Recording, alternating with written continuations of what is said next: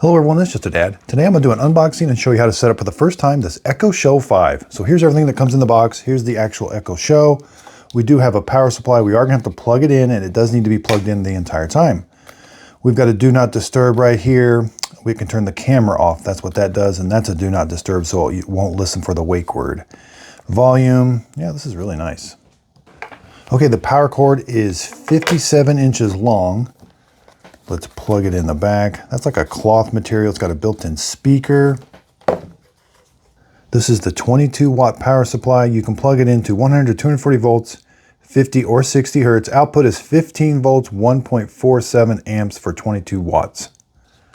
It's kind of big. It's about 2 3/4 that way, 1 1/4 that way, inch and a half that way, and sticks out from the wall about 1 1/2 inches. So let's plug it in and set it up. Now, when I first plugged it in, it really wasn't, you have to kind of plug it in, and you want to hear that little snap. That makes sure that it's got power. I didn't have it plugged in all the way the first time. This thing's very small. So with that cord sticking out the back is about 4.5 inches. You know, it is a 5-inch screen, so it's about 5 3/4 that way, 3 1/4 that way, and about 3 1/4 tall. Okay, so it's getting the device ready. Now, if you go to your Alexa app, it should pop up saying that you have a new device and you can hit OK. Now, this is a touch screen, so you can touch the screen in order to tell it what to do. Okay, so it's going to ask you a series of questions. You can say yes or no. Okay, it looks like there is an update. Okay, so it wouldn't get past that update screen. So I did unplug it, plug it back in. I had to walk through a few more, like go through and say yes and no to a few things again, but now it's updating. Okay, so it seems to be working now. Okay, there's what the home screen looks like. Okay, so now if I want to do not disturb so that it won't listen for the wake word, I just press that button there.